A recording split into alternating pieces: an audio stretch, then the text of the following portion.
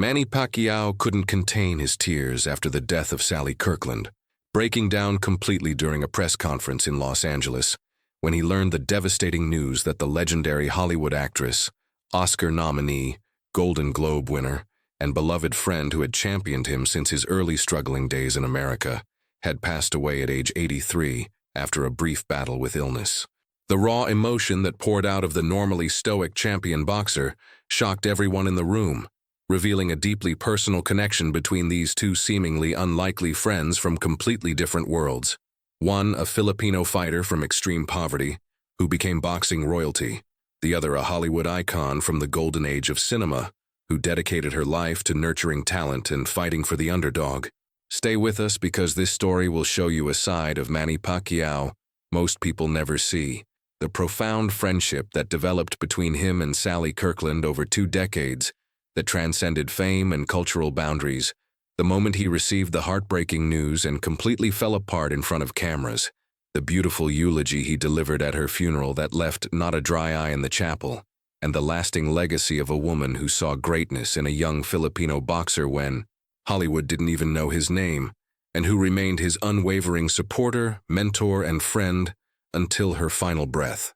The date was January 14, 2025.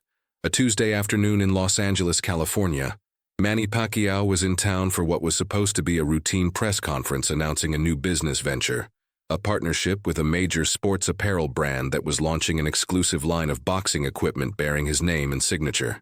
He had flown in from Manila the previous evening, was staying at his usual hotel in Beverly Hills, and was scheduled to appear at the Four Seasons Hotel conference room at 2 o'clock for the announcement press conference with media, brand executives, and business partners in attendance.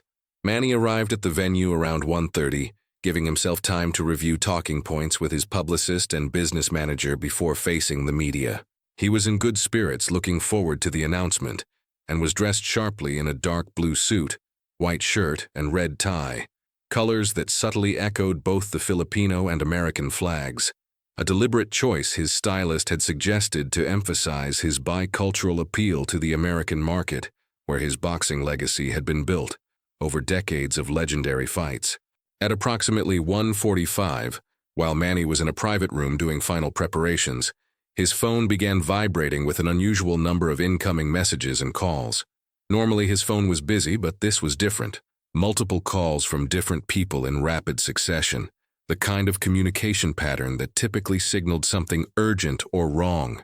He glanced at the screen and saw messages from friends in the entertainment industry, from boxing colleagues, from people he hadn't heard from in months, all saying variations of, "Have you heard? I'm so sorry. Call me when you can." Confused and concerned, Manny opened his text messages and clicked on one from a close friend, a film producer named David Chen, who had worked with both Manny and Sally Kirkland on a documentary project years earlier. The message read, "Manny, I don't know if anyone has told you yet, but Sally passed away this morning. She was at Cedars-Sinai. It happened quickly. I know how close you two were. I'm so sorry, brother. Call if you need anything." Manny stared at the message, reading it 3 times, his brain refusing to process the words. Sally Kirkland passed away this morning. It couldn't be right. He had just spoken to her 3 weeks ago when she called to wish him a happy new year and to tell him about a new film project she was excited about, a role written specifically for her by a young screenwriter who admired her work. She had sounded vibrant, energetic, full of plans and enthusiasm. There had been no indication of illness, no mention of health problems, nothing to suggest that this conversation would be their last. With trembling hands, Manny called David back immediately. David answered on the first ring, his voice heavy with grief. "Manny, I'm sorry you had to find out this way. I thought someone from her family might have called you directly." "What happened?" Manny asked, his voice barely above a whisper, still hoping somehow there had been a terrible mistake, a case of mistaken identity, anything but the reality that Sally, his friend, his mentor, his champion, was gone. David explained what he knew. Sally had been diagnosed with an aggressive form of pneumonia just 5 days earlier. At her age and with her medical history, the infection had overwhelmed her system rapidly. She had been hospitalized at Cedars-Sinai Medical Center on Saturday, January 11th. Despite the best medical care, intensive treatment, and round-the-clock attention, her condition deteriorated quickly. She passed away peacefully in her sleep early Tuesday morning, January 14th, surrounded by close friends who had maintained vigil at her bedside. The family was requesting privacy but would be releasing an official statement within hours. Manny listened in stunned silence, tears already streaming down his face. When David finished, Manny managed to choke out, "She never told me she was sick. She never said anything. If I had known, I would have been there. I would have come to the hospital. I would have." His voice broke completely, unable to finish the sentence. "She didn't tell many people," David said gently. "You know how Sally was. She never wanted to burden anyone or be seen as weak or needy. She probably thought she'd beat it and be back to normal in a few days. That was just her nature. Always strong, always optimistic, always thinking of others before herself." After the call ended, Manny sat alone in that private room, phone still in his hand, tears flowing freely. His mind flooded with memories. Sally Kirkland. How do you summarize a 23-year friendship in a few thoughts? How do you process the loss of someone who had been there at pivotal moments, who had believed in you before the world did, who had championed you not because of what you could do for her, but because she genuinely saw your worth as a human being? Manny's publicist knocked on the door, came in, and immediately saw his devastated state. "Manny, what's wrong? What happened?" She had never seen him like this. Manny Pacquiao, the fearless fighter who had faced the most dangerous opponents in the world without flinching, now completely broken, sobbing openly, unable to speak. "Sally Kirkland died this morning," he finally managed to say. "She was one of my closest friends. I don't know what I need. I can't do this press conference. I can't go out there and smile and talk about business. Not today, not now." His publicist, an experienced professional named Jennifer Martinez, who had worked with Manny for over a decade and understood his relationships and priorities, immediately shifted into action mode. "Of course, absolutely. We'll cancel the press conference. I'll handle everything with the brand executives. Don't worry about any of that. Just take the time you need." But Manny shook his head. "No, don't cancel. The brand people flew in from New York. There are journalists already here. People made arrangements. Just give me 10 minutes. I'll compose myself. I'll do it. But I need to say something about Sally. I can't go out there and pretend everything is fine and not acknowledge that I just lost someone so important to me." Jennifer hesitated. From a public relations standpoint, mixing personal grief with business announcement was risky. Emotions could be unpredictable. The message could get muddled. And there was the very real possibility that Manny might break down in front of dozens of cameras and journalists. But looking at his face, seeing the pain and the determination mixed together, she understood that this wasn't negotiable. Manny needed to honor his friend publicly, needed to acknowledge the loss, needed to speak her name even in this moment of professional obligation. "Okay," Jennifer agreed. "We'll adjust the format. You'll do the business announcement first as planned. Then before taking questions, you can make a personal statement about Sally. We'll let the media know in advance that you're dealing with personal loss, so they're prepared for emotional content." Manny nodded, wiped his face with tissues, took several deep breaths trying to regain composure, and stood up. He looked at himself in the mirror mounted on the wall. His eyes were red and puffy. His face showed the unmistakable signs of tears and grief. But there was also that familiar determination, that fighter's mentality of facing things head-on even when it hurts. At 2:15, 15 minutes later than scheduled, Manny walked into the main conference room. The space was set up professionally, with a long table at the front, where he would sit flanked by brand executives, a backdrop displaying logos, and rows of chairs filled with approximately 60 media representatives, photographers, and videographers. The usual pre-press conference buzz of conversation quieted immediately when he entered, and more than a few people noticed his visibly emotional state. Jennifer stepped to the microphone first to provide context. "Thank you all for being here today. Before we begin the planned announcement, I need to let you know that Manny just received devastating personal news this afternoon. He's chosen to proceed with this press conference out of respect for everyone's time and commitments, but he will be making a personal statement at the end regarding the loss of someone very close to him. We ask that you be respectful of his grief during this difficult time." The room, which had been preparing for a routine business announcement press conference, suddenly shifted in energy. Journalists sat up straighter, cameras focused more intently, and a collective sense of anticipation mixed with sympathy filled the space. The business portion of the press conference proceeded according to plan.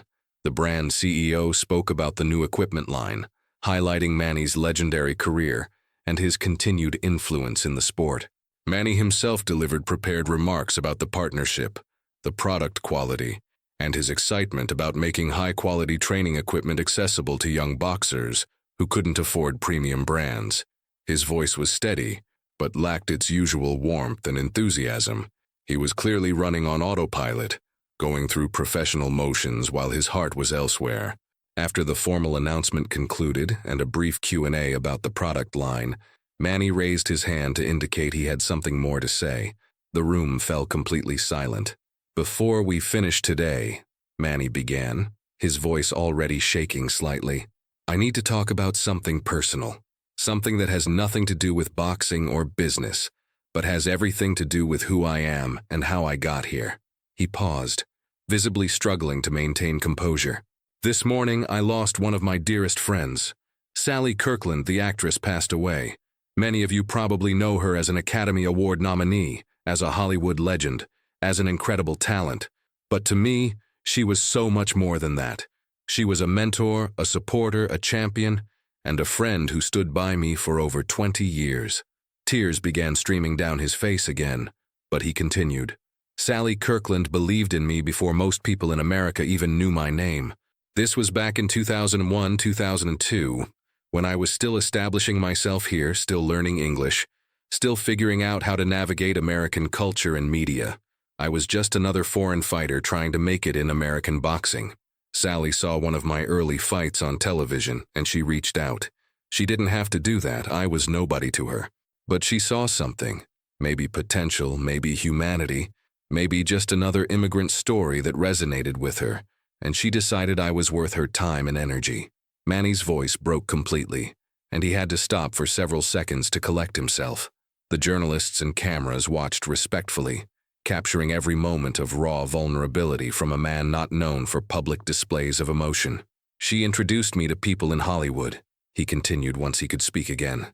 "She brought me to events where I didn't belong, where a Filipino boxer from the slums of General Santos had no business being, and she told everyone who would listen that I was special, that I was going to be great, that they needed to pay attention.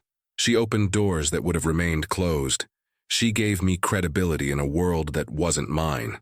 And she did it not because she wanted something from me. She never asked for anything, never leveraged our friendship for personal gain, but because she genuinely cared about helping people succeed." He pulled out his phone and held it up. 3 weeks ago, she called me to wish me Happy New Year. She sounded so happy, so full of energy. She told me about a new film role she was excited about plans she had for this year. I told her I'd see her next time I was in LA, and we'd have dinner together like we always do. But I waited too long. I assumed we had time.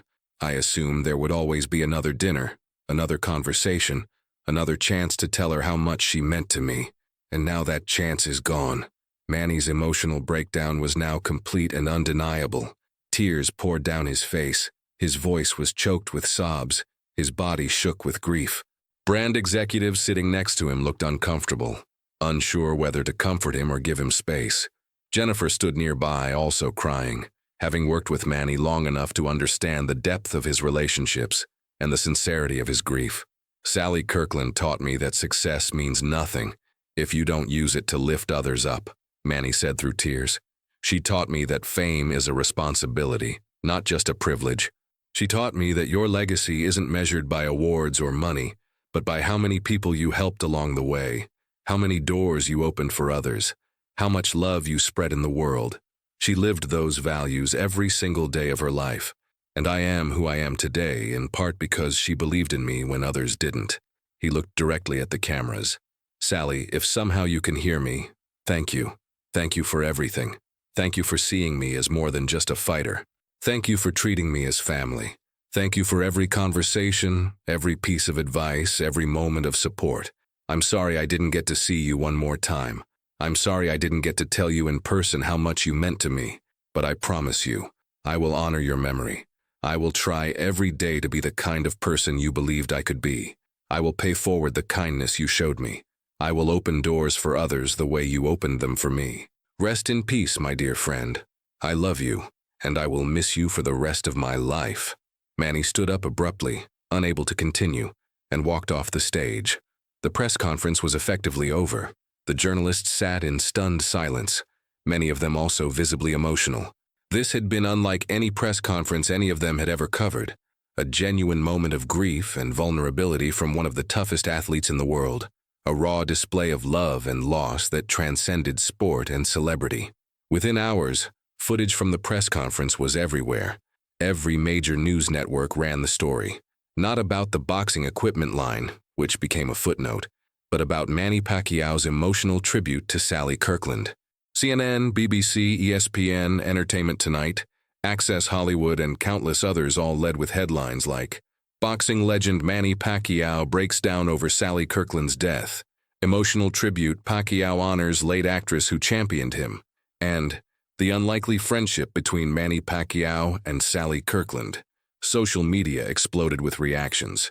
The video of Manny crying and delivering his tribute went viral immediately, accumulating tens of millions of views across platforms within the first 24 hours. The comments were overwhelmingly supportive and emotional.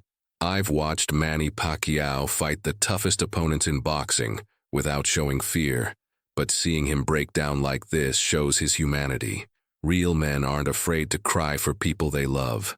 I didn't know Sally Kirkland had this connection with Manny Pacquiao, but this beautiful tribute has me in tears. What an incredible friendship across different worlds. This is what true friendship looks like. Not transactional, not for publicity, but genuine mutual respect and love. Sally saw Manny's greatness before the world did, and Manny never forgot that. As a Filipino-American, I'm so moved by this. Sally Kirkland stood up for our hero when he was still proving himself in America. That kind of allyship and support is priceless. Manny Pacquiao crying openly at a press conference about his friend is the most powerful thing I've seen in a long time. It reminds us that behind the fame and accomplishments, these are real people with real emotions and real relationships. How have you handled the loss of someone who believed in you before others did? Someone who championed you when you had nothing to offer them in return? Have you experienced the pain of losing a mentor or friend and wishing you had one more chance to thank them? Share in the comments your experiences with grief, gratitude, and honoring the memory of people who shaped your life, because these shared stories help us process loss and remember that love transcends death. The official statement from Sally Kirkland's family was released later that evening, confirming the cause of death as complications from pneumonia and announcing that memorial services would be held at the Westwood Village Memorial Park Cemetery Chapel on Saturday, January 18th. The family specifically mentioned their gratitude for the outpouring of love and support from Sally's friends in the entertainment industry, including Manny Pacquiao, whose beautiful and heartfelt tribute reminded us all of Sally's generous spirit and her commitment to nurturing talent regardless of background or circumstance. Over the next few days, as the entertainment world mourned Sally Kirkland's passing, more stories emerged about her relationship with Manny Pacquiao and the depth of their friendship. Journalists dug into their history, interviewing mutual friends, finding old photos and videos, and piecing together a narrative that few people had fully appreciated. The friendship had begun in early 2002 when Sally, then in her early 60s but still active in film and television, happened to watch a boxing match featuring Manny on HBO. She was immediately struck not just by his boxing skill, but by something she saw in his eyes during post-fight interviews, a combination of humility, intelligence, and hunger that reminded her of the many struggling artists she had mentored over the decades. On impulse, she reached out through mutual contacts, eventually getting in touch with Manny's management team and expressing interest in meeting him. Their first meeting took place at a cafe in Santa Monica. Manny, still relatively unknown outside hardcore boxing circles, was surprised that a Hollywood actress wanted to meet with him. Sally showed up with no entourage, no cameras, no agenda beyond genuine curiosity and connection. They talked for 3 hours about his childhood and extreme poverty in the Philippines, about his boxing journey, about his dreams and fears, about his family, about faith. Sally shared her own story of struggling as an actress, of fighting for roles in an industry that often overlooked talented women, of using whatever platform she had to support others. From that conversation grew a friendship that would span more than 2 decades. Sally became one of Manny's most vocal supporters in Hollywood circles, introducing him to producers, directors, and executives who might not have otherwise paid attention to a boxer from the Philippines. She attended his fights when she could, always sitting ringside, always cheering the loudest regardless of who the opponent was or what the stakes were. She invited him to industry events, making sure he was included in spaces where he could network and build relationships beyond the boxing world. But more than the professional support, Sally provided emotional and spiritual guidance. She was deeply spiritual herself, practicing a form of meditation and mindfulness that she introduced to Manny. They had long conversations about purpose, about using fame responsibly, about staying grounded despite success, about remembering where you came from and never losing sight of the people who supported you before you were famous. One particularly touching story emerged from Rod Lurie, a film director who had worked with Sally and had met Manny through her. He recalled a time in 2006 when Manny was going through a difficult period personally and professionally, struggling with the pressures of fame, dealing with family issues, questioning his purpose beyond boxing. Sally spent hours with him, not offering easy platitudes or generic advice, but really listening, really engaging, helping him work through the confusion and find clarity. She had this gift, Lurie told Entertainment Weekly, of making people feel seen and heard and valued. It wasn't about fixing them or solving their problems. It was about bearing witness to their humanity and reminding them of their inherent worth. That's what she did for Manny during that tough time, and he never forgot it. Another mutual friend, actress and activist Marielle Hemingway, shared memories of times when Sally and Manny had attended charity events together, working as a team to raise awareness and funds for various causes, youth education programs in underserved communities, support services for immigrant families, initiatives to make sports accessible to children regardless of economic background.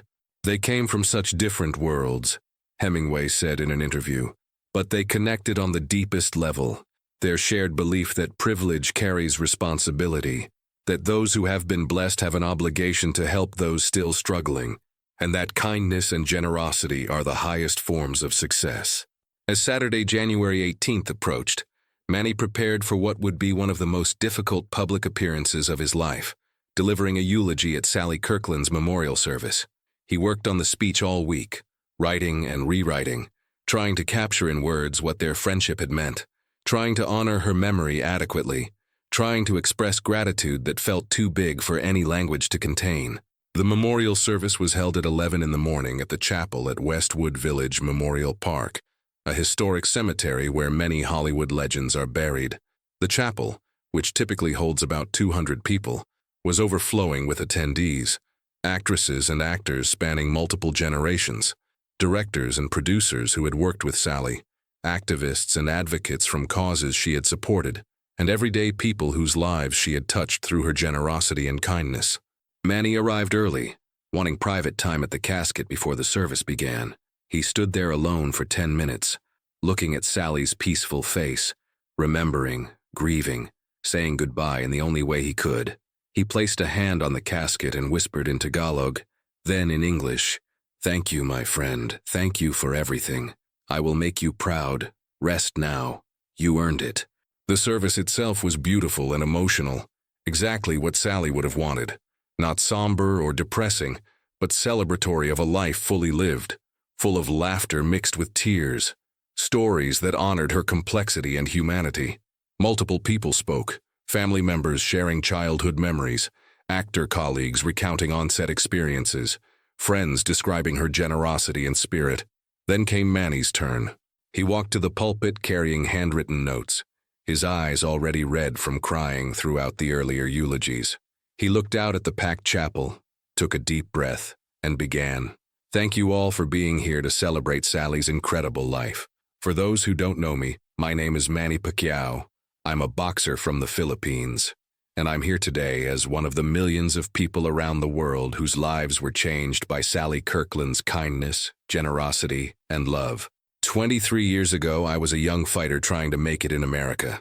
I had some skill, some determination, but I was also an outsider, a foreigner who didn't speak English well, who didn't understand American culture, who didn't have connections or resources beyond my fists and my will. By all conventional measures, I had no business dreaming big. The odds were stacked against me in ways I didn't even fully understand at the time. But Sally saw me. Not saw me fight, though she did watch my matches, but saw me. Saw my humanity, my potential, my worth as a person beyond my ability to punch. She reached out when she had no reason to, when there was nothing I could offer her in return, when supporting me gained her nothing professionally or financially. She reached out because that's who she was, someone who believed in people, who invested in human potential, who used her platform and privilege to lift others up. I remember our first meeting in Santa Monica. I was so nervous. Here was this famous actress wanting to have coffee with me. I didn't know what to expect. Maybe she wanted something from me, some favor or endorsement. But no, she just wanted to know me, to hear my story, to understand my dreams. We talked for 3 hours, and at the end of that conversation, I felt seen and valued in a way I hadn't experienced before in America. From that day forward, Sally became one of my most faithful supporters. She introduced me to people who opened doors. She attended my fights and cheered louder than anyone. She called me after victories to celebrate and after defeats to encourage. She never wavered, never gave up on me, never stopped believing. But more than all the professional support, Sally taught me lessons that shaped who I became. She taught me that success without service is meaningless. She taught me that fame is a tool, not a trophy, something you use to amplify good, not something you hoard for ego. She taught me that the measure of your life isn't awards or money, but how many people you helped, how many lives you touched, how much love you spread. Sally lived those values every single day. She didn't just preach generosity, she practiced it constantly. She didn't just talk about lifting others up. She spent her time, energy, and resources doing exactly that for countless people. I'm just one of many who benefited from her enormous heart. I spoke at a press conference earlier this week, and I broke down because the loss hit me so hard. People asked me later why I was so affected. The answer is simple. Sally was family. Not by blood, but by choice, by love, by the kind of bond that forms when someone believes in you unconditionally and you commit to living up to that belief. I wish I had one more conversation with her. I wish I had one more chance to say thank you, to tell her face to face how much she meant to me, to let her know that every good thing I've accomplished was built partly on the foundation she helped me lay. But I don't get that chance. None of us do. Death doesn't wait for perfect timing or final conversations. So I'm saying it now, here, in front of all of you who loved her. Sally, thank you. Thank you for seeing me when I was invisible to most people. Thank you for believing in me when I was unproven. Thank you for opening doors and introducing me to people, and giving me opportunities I didn't deserve yet. Thank you for every conversation, every piece of advice, every moment of support. Thank you for teaching me that kindness is strength, that generosity is power, that love is the highest achievement. To everyone here, my challenge to you and to myself is this. Honor Sally's memory by living her values. Believe in people before they're successful. Support talent before it's recognized. Open doors for people who can't open them themselves. Use whatever platform or privilege you have to lift others up. Be kind, not because it benefits you, but because it's right. Love generously, give freely, and remember that your legacy isn't what you accomplish for yourself, but what you enable others to accomplish because you believed in them. Sally Kirkland was a legend of stage and screen, but more importantly, she was a legend of the human spirit, someone who understood that we're all connected, that lifting one person lifts us all, that love multiplied is the only math that really matters. Rest in peace, my beautiful friend. Thank you for everything. I love you, and I will carry your lessons in my heart for the rest of my life. Manny stepped away from the pulpit, tears streaming down his face, and walked back to his seat. The chapel erupted in applause, not the polite, restrained applause of a formal funeral, but genuine, enthusiastic, standing ovation applause that lasted several minutes. People were crying openly, moved not just by Manny's words but by the obvious depth of love and gratitude behind them. After the service concluded during the reception, dozens of people approached Manny to thank him for his eulogy, to share their own Sally stories, and to express amazement at the friendship he had described. Many confessed they had no idea about the connection between the Hollywood actress and the Filipino boxer, and learning about it had given them new appreciation for both individuals and for the power of authentic cross-cultural friendship. One particularly moving encounter came from Sally's niece, Rachel Kirkland, who hugged Manny tightly and said, "Aunt Sally talked about you all the time. She was so proud of you, not just your boxing success, but who you are as a person. She told me once that meeting you and watching you grow reminded her why she stayed in this industry, because occasionally, rarely, you meet someone genuinely special, someone worth investing in. You were one of those people for her. Thank you for loving her back so genuinely." In the weeks and months following Sally's death and funeral, Manny took concrete actions to honor her memory in ways that went beyond words. He established the Sally Kirkland Memorial Scholarship Fund, which provides financial support and mentorship to young artists from underrepresented communities who are trying to break into entertainment. The fund specifically focuses on people who show talent and determination but lack connections and resources, exactly the kind of people Sally had championed throughout her life. He also commissioned a documentary about Sally's life and career, particularly focusing on her lesser-known work as a mentor and advocate who had supported countless actors, writers, and directors behind the scenes. The documentary, which premiered at the Sundance Film Festival in 2026, was titled Sally Kirkland: The Doors She Opened, and featured interviews with dozens of people whose careers and lives had been impacted by her generosity. Manny himself was heavily featured in the documentary, providing some of the most emotional and compelling testimony about Sally's character and impact. In one particularly powerful scene, he visits the Santa Monica Cafe where they first met 23 years earlier, sits at what he remembers being their table, and reflects on that initial conversation that started everything. "I walked into this cafe as one person," he says to the camera, tears in his eyes, "and walked out as someone different, because Sally saw potential in me that I didn't fully see in myself, and she spent the next 23 years helping me become the person she believed I could be. That's the greatest gift anyone can give. Belief. Pure, unconditional belief. Sally gave that to me and to so many others, and the world is better because of it." The documentary was critically acclaimed and won several festival awards. More importantly, it introduced Sally Kirkland's legacy of mentorship and generosity to a new generation, and inspired countless people to follow her example of using whatever influence they have to support and uplift others. 1 year after Sally's death, on January 14, 2026, Manny returned to Los Angeles specifically to mark the anniversary. He visited her grave at Westwood Village Memorial Park, bringing flowers and spending time in quiet reflection. He also organized a gathering of people Sally had mentored or supported over the years: actors, writers, directors, activists, and others from various fields. About 50 people attended, meeting at a rented space in West Hollywood to share memories, tell stories, and recommit to living Sally's values of generosity and support for emerging talent. During that gathering, Manny spoke about his ongoing grief but also about his gratitude. "I still miss Sally every day," he said. "There are moments when something happens and my first instinct is to call her and tell her about it, and then I remember I can't. That loss doesn't get easier. But what does grow is gratitude.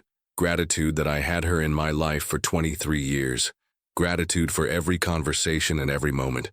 Gratitude that her influence continues to shape how I live and how I treat others. She's gone physically, but her spirit, her lessons, her love, those are still very much alive in all of us who knew her."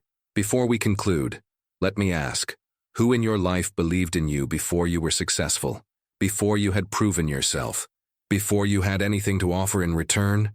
Have you told them what their support meant to you? If they're still alive, please don't wait. Call them, write them, visit them, and tell them explicitly how much their belief in you mattered. And if they've passed away, honor their memory by being that person for someone else, by believing in potential before it's proven, by supporting talent before it's recognized, by opening doors for people who can't open them themselves. That's how we create ripples of positive impact that extend far beyond our own lives. That's the legacy Sally Kirkland left. And that's the lesson Manny Pacquiao learned from her and continues to practice. This is the story of how Manny Pacquiao couldn't contain his tears after the death of Sally Kirkland, not just because he lost a friend, but because he lost someone who had fundamentally shaped his journey in America, who had believed in him when few others did, who had opened doors and hearts and possibilities that changed his life trajectory. It's a story about the power of cross-cultural friendship, about genuine mentorship that expects nothing in return, about using privilege to lift others, and about grief as a testament to love. Remember this story when you consider how you treat people who are still emerging, still struggling, still trying to prove themselves. Remember Sally's example of seeing potential and investing in it generously. Remember Manny's gratitude and his commitment to paying forward the kindness he received. And remember that the relationships we build, the people we support, the doors we open for others, these are the things that truly matter. The legacy that endures beyond fame or fortune or any earthly achievement. Sally Kirkland's Academy Award nomination, her Golden Globe win, her decades of acclaimed performances, all of that was impressive and important. But her legacy, her true lasting impact, was in the lives she touched, the people she believed in, the doors she opened, the love she spread.